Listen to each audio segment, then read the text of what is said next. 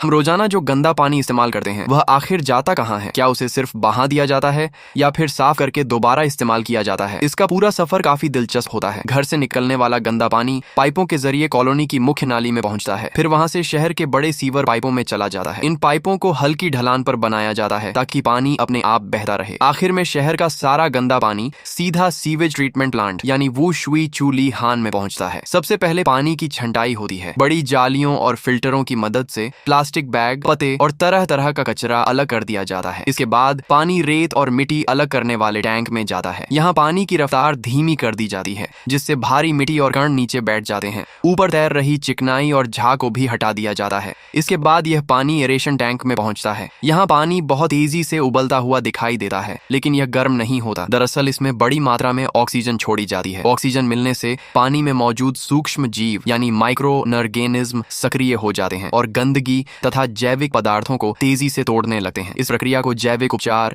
या biological treatment कहते हैं। फिर पानी को दूसरे टैंक में भेजा जाता है जहां चूना और दूसरे रसायन मिलाए जाते हैं ताकि कुछ हानिकारक पदार्थ जमकर नीचे बैठ जाएं। इसके बाद पानी और कीचड़ के मिश्रण को दूसरे सेटलिंग टैंक में भेजा जाता है। यहाँ कीचड़ नीचे बैठ जाता है और साफ पानी ऊपर रह जाता है। नीचे जमा हुआ कीचड़ बेकार नहीं होता। इसे बड़े टैंकों में जमा किया जाता है जहां से उसमें बचा हुआ पानी अलग कर लिया जाता है। यह पानी दोबारा ट्रीटमेंट प्रक्रिया में भेज दिया जाता है। बचा हुआ कीचड़ बड़े फर्मेंटेशन टैंकों में जाता है जहां गर्म करके उसे सड़ाया जाता है। इस प्रक्रिया में मीथेन गैस, कार्बन डाइऑक्साइड और अन्य गैसें बनती हैं। मीथेन गैस का इस्तेमाल प्लांट में बिजली और गर्मी पैदा करने के लिए किया जाता है। इसके बाद कीचड़ को मशीनों से सुखाया जाता है। इससे निकला ठोस पदार्थ जलाकर बिजली बनाई जा सकती है। जलने के बाद बची राख में फास्फोरस जैसे तत्व होते हैं जिनका उपयोग खाद बनाने में किया जाता है। इतनी सारी प्रक्रियाओं के बाद भी पानी पूरी तरह पीने योग्य नहीं बनता, इसलिए उसे कीटाणु रहित करने के लिए ओजोन जैसी गैस मिलाई जाती है जो दवाइयों के अवशेष और सूक्ष्म हानिकारक तत्वों को खत्म करती है। इसके बाद पानी को रेत की परतों से फिल्टर किया जाता है जिससे वह बिल्कुल साफ और पारदर्शी दिखने लगता है। अंत में कई जांचों के बाद यह पानी नदियों में छोड़ा जाता है या खेतों की सिंचाई और दूसरे कामों में इस्तेमाल किया जाता है। लेकिन ध्यान रहे, यह पानी सीधे पीने लायक नहीं होता। इसे पुनर्चक्रित पानी या रिसाइकल वाटर कहा जाता है।